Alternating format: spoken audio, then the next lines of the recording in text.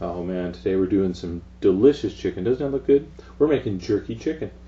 It's the same thing as jerk chicken, but I can't say jerked chicken and keep a straight face. So I changed the name.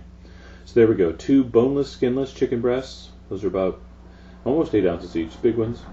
I got my jerk seasoning, and I got a half an orange. Now what's in the jerk seasoning? You know the drill. You got to go to the website. I'll tell you what's in there. Allspice and hot pepper is the main ingredients, and there's other things in there. So go to Food Wishes, figure all that out. Also, very interesting article today. What I'm going to make here is called a wet rub. All right. So dry rub is just the spice. Marinade is just usually liquids. Wet rub is kind of a combo. So I'm going to take half an orange. I'm going to add 2 tablespoons of my jerk seasoning. And I'm going to just kind of mix it up into a paste. And that's a wet rub. Now I'm going to apply this to my chicken breast, but before I do, I'm going to show you a real neat trick here. And that trick is called scoring. Now all that means we're going to take a sharp bony knife here, any sharp knife will work, but this one's nice and small, easy to control. I'm going to make some just slashes across the chicken breast, kind of at a 45-degree angle. Alright, so I'm going through the thickest part first. Now where it's the thickest, near the top, I went a little deeper. Alright, maybe 1/4 inch. When I got near the tail or the end of the chicken breast, I did a little more shallow of a slice. Then I'm going to turn it. I'm going to go at a 90-degree angle to those cuts and go back the other way. Again, when I get to the thickest part, I'm going to go just a little deeper there. Alright, it's almost like a ham, you know, when you put the cloves in the ham and you cut through the fat like that. So I got those beautiful little diamonds on there. Now this does a couple things. That wasn't just for just showing off. When I rub the marinade or the dry, or sorry, not dry, when I rub that wet rub into the chicken, all those little cuts are going to hold that flavor, and it's going to help marinate the chicken a little faster.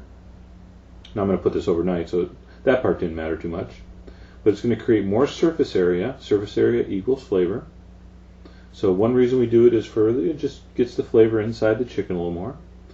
Also, because of the slashes, it's going to cook a little more evenly. Okay, because that's just going to help transfer the heat through that thick part of the breast. One problem with cooking chicken breast, age-old problem, by the time the big thick parts cook, the tail is kind of dried out. So it helps with that. Also, you'll see when we finish this, it looks so delicious. It looks like a grilled chicken breast because the sugars in that orange juice are going to caramelize. It's going to give us like a real dark brown grilled look. Very, very cool stuff. So what we're doing here, I'm going to marinate this overnight in a plastic bag. So I just pour the rest of the juice in there. You could go minimum 4 or 5 hours in the fridge. I think overnight works nicely. Okay, so I'm going to put that in a plastic Ziploc. I'm going to seal that up tight, and I'm going to go overnight with that, and then we're ready to serve. So I got a paper towel down here on a plate.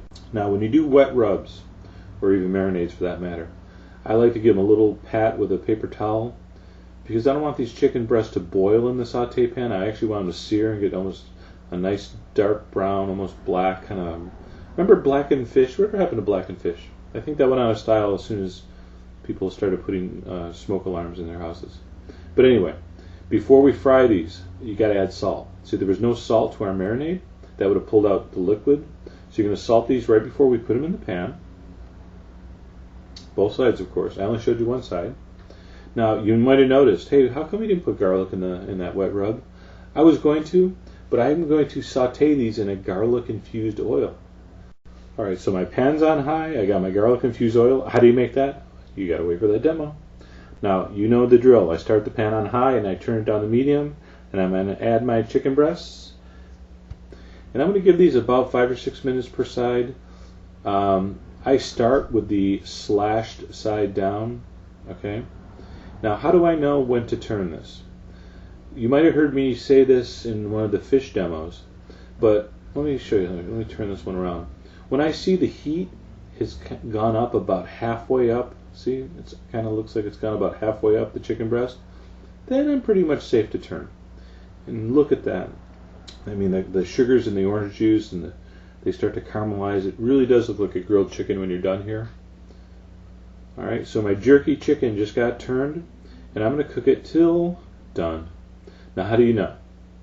Well, you do a little poking, you do a little prodding. There's no shame in us cutting open a little piece, make sure, but see, it's going to be kind of firm to the touch. Not super firm, that would be overcooked, but it's going to not be raw in the middle. And you can cook a chicken breast, just relax.